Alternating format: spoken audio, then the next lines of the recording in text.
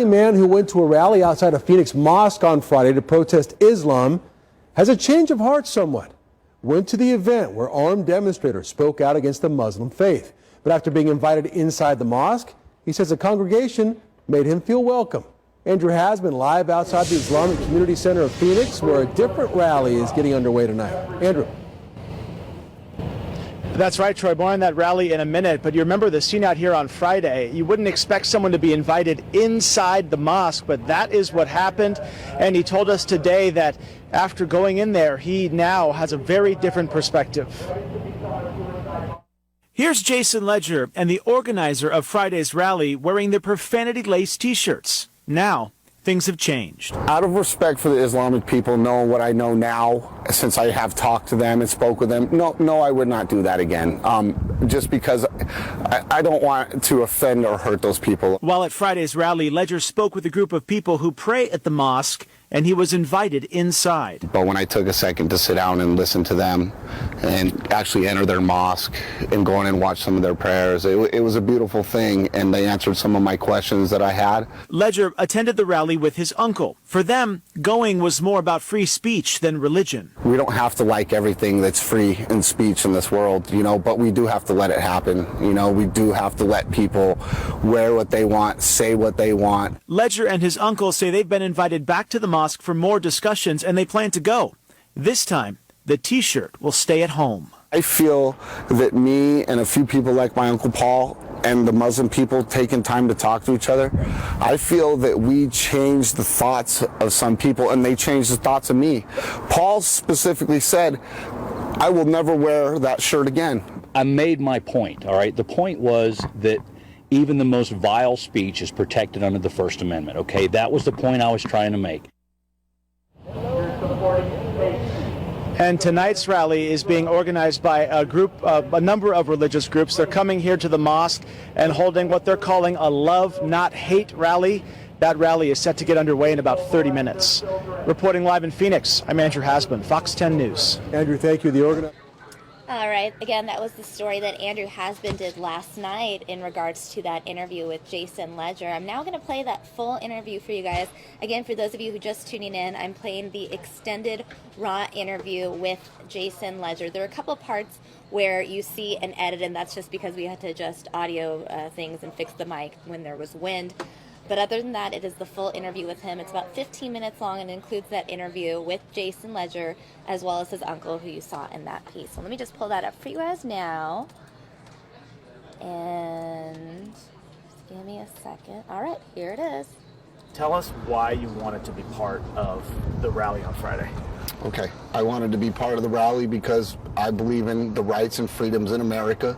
I did not believe in anything that was said on my shirt at all. I went because in America we have the right of freedom of speech, and I felt I have the right to wear that shirt. So for you, it wasn't so much an anti-Islam thing, it was a free speech thing. Yeah, no, it was nothing against Islam. I don't know enough about any kind of religion to have a problem with any religion. Whatever religion makes you a good person, that's the religion for you. I went because I have the right to wear that shirt without having my life threatened or feel I'm in danger because I have a silly shirt on with a silly statement.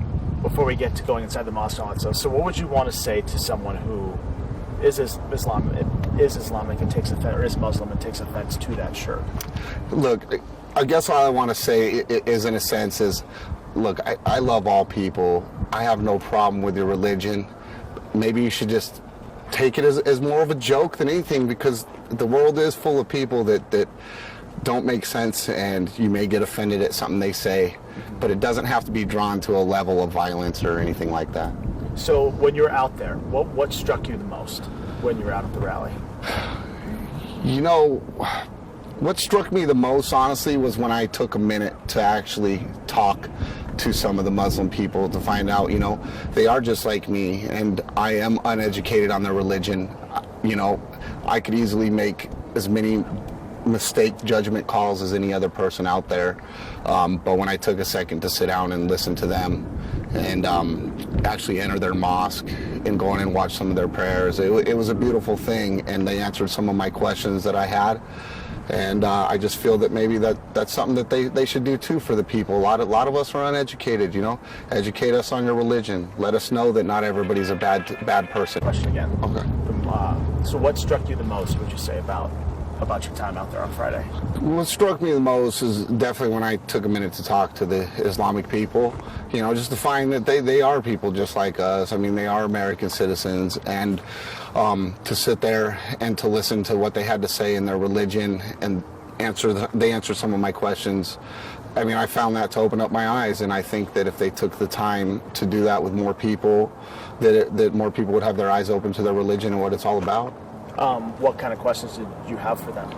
I just had some basic questions, you know, some questions about their women and why they separate them and stuff like that, and how it works in the prayer sessions with the women. You know, I know that they weren't supposed to be in the same rooms. That's just how uneducated I was. I mean, just the little stuff I knew, that they weren't supposed to be in the same rooms or their women's covered up. I asked them about that, and they answered my questions on that kind of stuff. You know, there was reasons behind all of it that made sense, that weren't as, you know, as vague as I've known them to be. Would you say some misconceptions, or yeah, there? Or? Yes. I mean, a lot of misconceptions. I mean, they definitely wanted to let me know that they do treat their women very, very well. Maybe even better so than a lot of people here in America, which I wouldn't doubt. You know, but yeah, there's a lot of misconceptions on what they do and how they treat their women. I mean, and it's after they explain it to me, it does seem like, you know, I was misled, or my thoughts on it weren't correct, just from maybe what I've read in the media, and, you know, just from what I've learned here, because I haven't taken any time to actually learn anything about their religion. So how did the going in come about? Tell me how that went down. Well, like I said, I was standing there talking with them. You know, there was a group of us. I was listening to their stories and how some of them got here from their countries, and they invited me in. They asked if I'd like to come in. I said I would like to come in and watch a prayer. So I did, and I'll tell you, it was a beautiful thing. I watched something beautiful, you know. Why do you say that? Well, because what I watched a bunch of people come together. You know, they seemed very united. Everybody did the same thing, you know, very respectful, kneel down before their God that they believe in. You know, and it was a peaceful prayer. I mean, they prayed in Islamic tongue, which I didn't understand, but the gentleman next to me was very nice and answered a lot of my questions about it, you know, which I needed. You know, I needed to be educated. And you ran into an old friend. Do you feel comfortable talking about that? I did. I ran into a friend of mine, Ronald. I'll say his first name. Yes. Neighbor? Yeah, my neighbor. I grew up with him, and it was great to see him. Me and him hugged and talked about old times, and you know, there was no animosity from him to me or from me to him. So did you know growing up that he was Muslim, or was this something that happened to him later in life? No, I believe he also converted. It happened later in life. I mean, he was a lot like me and made some wrong decisions, and he found his way to better his life. And for that, I applaud him. I don't care what religion he found. If you've bettered your life, you're better for society. I applaud that. Was he upset with you for being there? No, you know, not at all. Like, what are you doing no, there? he only asked me once, and I told him that purely why I was there, why I had the shirt on. Mm-hmm. And you know, he smiled at me, gave me a hug, and said, man, I respect that. You know, because he didn't know either. He was uneducated on my thoughts as well until I educated him. So how would you say that going in and seeing them and talking to those people there changed your perceptions? You know, like I said, a lot of it, how nice they were to me. I mean, really, they didn't hold any judgment, and that's what I wanted. I wanted them not to hold any judgment because of a silly shirt I was wearing, because the truth is it was just a shirt, and I did tell them I didn't know anything about their religion. And the way they welcomed me with open arms, they invited me and my Uncle Paul back to join in their prayer and ask any questions that we may have. They would gladly answer for us.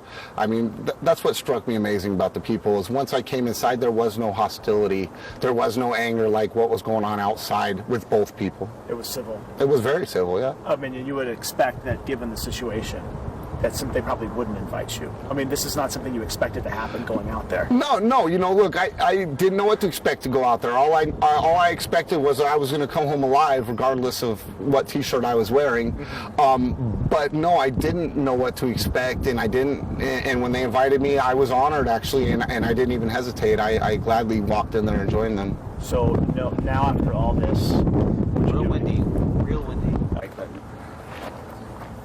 would you do it again? Yeah. That's a good question. Out of respect for the Islamic people, knowing what I know now, since I have talked to them and spoke with them, no, I would not do that again. Just because I don't want to offend or hurt those people, okay? But do I think people should not wear that kind of shirt? No, absolutely not. I mean, I'm not going to ever tell the next guy or hurt the next guy if he wants to wear that shirt. I think it should all be taken as a grain of salt, man. Life is not that serious. It doesn't need to come to anger and everybody's news media attention over it. You know, I just think that we all just need to love each other, you know. And so what is the message that you hoped was being sent out of everything that happened Friday? What was the message that you personally wanted to get out and that got misconstrued? You know, the main thing that got misconstrued, of course, is the T-shirt I was wearing. Okay, and again, you weren't the only one wearing it. I wasn't, and that's what started it. Like that when Jason, what's his name again? The guy that John. John, when he was on the side of the road. That's kind of what started it all. That is what started it. Yes. Look, I'm a firm believer in the right to be able to wear a shirt just like that, or any shirt you want without being hurt. That's my whole point of it. And the biggest thing I got out of all this is when I started actually talking to them, I let them know that too, that this is the reason why I'm here. I'm here because wearing this shirt because I want you guys to look at it for what it is. It's a silly T-shirt.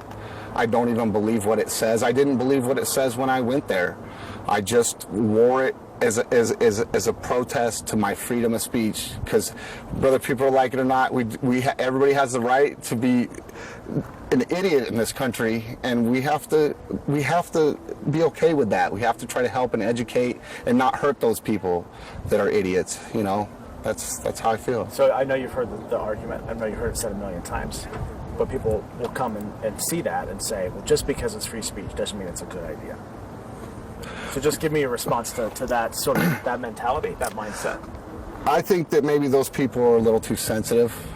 Okay, that's what I really think. I think maybe that's more of a personal problem. You know, you don't like it, I don't like it, but that doesn't mean that doesn't mean those people don't have the right to do it. Okay, we don't have to like everything that's free in speech in this world, you know, but we do have to let it happen. You know, we do have to let people wear what they want, say what they want. I don't feel like it's antagonizing. I just think that's somebody else's perception of it. Were you surprised that they were willing to let you in and be so open? No, not really. Not really, because like I said, once I started talking to them, they're people too, just like us, okay? And I wasn't really surprised by the fact that they would openly invite me in. You know, I was happy, honored, and enjoyed it, and I was glad that they did. Yeah. Last question for you. Just why do you even want to talk about this? Why do you want to get your message out? I want to talk about this because I feel that a lot of the media paints it one way. I want the media to understand that it wasn't a bunch of hate Mongols there. You know, I'm not a hateful person. I'm not a racist. I have no problem with religion. I was there for one reason, and a lot of people were there for that reason. But I do want everybody to be educated on religion before they make judgments of people. I definitely do want that. I think everybody should be educated on anything that they may make a judgment on. Anything else you want to add? Anything else you feel like you want to get out there? What do you think, Paul? Anything else? Open wide. You know what? I think you pretty much nailed it, man. That they're all this evidence they had that people were there for freedom of speech, and you didn't see a damn bit of it. Yeah. Nothing. Yeah, I mean, how many times was I interviewed, Jay? How many times, Jay? You know, a ton, and that's the thing I do kind of want to get out is look more into what it was for a lot of people. I mean, there wasn't just me sharing that ideology. There was a lot of people there that were there for free speech. You saw the bad on both sides. I was there. I seen people on the Muslim side screaming, yelling racist things at the people on the other side, and I saw the same thing from the people on this side screaming it. But it was, again, it was a handful in groups of people doing it to each other. There was a lot of people on both sides that said nothing, including myself. I never once screamed anything at them. They never, you know, nobody's really necessarily screaming in my face, just in my direction. But there was, when I was sitting there looking over there, I saw lots of people just doing the same thing I was doing. Now, were you the only one that went inside? I was the only one that went inside the mosque. Were you the only one invited, or you the only one who said yes? They invited me as well. Yeah, I guess I'm the only one that said yes. Maybe some other people were invited. I am the only one that went inside. Besides some, there were some pastors from another church that were in there as well. John actually talked to the Muslim. Right? Well, I was going to get on my tripod, but... Oh, why wouldn't you wear it again? Because I made my point, all right? The point was that even the most vile speech is protected under the First Amendment, okay? That was the point I was trying to make. I don't know enough about Islam to hate Islam, all right? So when I started talking to those guys at the fence, all right, I went over there and asked them, hey, look, you know, this is what we're hearing, and you're telling me that isn't true, that's, you know, they're twisting your words out. That's what they said. ISIS is twisting their words, you know? And I'm like, well, we don't know that. I mean, you know, I'm an American. I don't know anything about that. So when we started talking, and they were saying the same things, hey, look, we hate ISIS as much as you do, all right? They're killing more Muslims than there are Americans, and that's a fact. So once we started talking, and I asked them if I could write some questions down, and they would answer them for him. And a guy named Ali, he's the president of the community center, he said, yeah, please, come back. He would be glad to answer them. So Jay and I are going back on Friday, and we're going to sit down and ask some questions, you know, and try to get some answers about some stuff. Because, look, you know, this is about freedom of speech. They have every right to pray to whatever God they want, okay? That's America. That's how it goes, okay? So, you know, the depressing thing for me was that all that stuff, all those discussions, someone took video of them, all right, and you won't see a darn syllable of it, okay? That's what's embarrassing to me, all right? You're supposed to be a free press, but it's like they're trying to paint a picture. Well, sometimes the loudest voices drown out the Well, others. I mean, I agree, you know, I understand that, but you know what? If you want the whole story and the truth, if that's what you're really after, then why wouldn't you put something up there like that? People were there trying to work out their differences with discussion. We weren't yelling or screaming or cussing or saying bad things about each other. And did that make TV? No, of course not.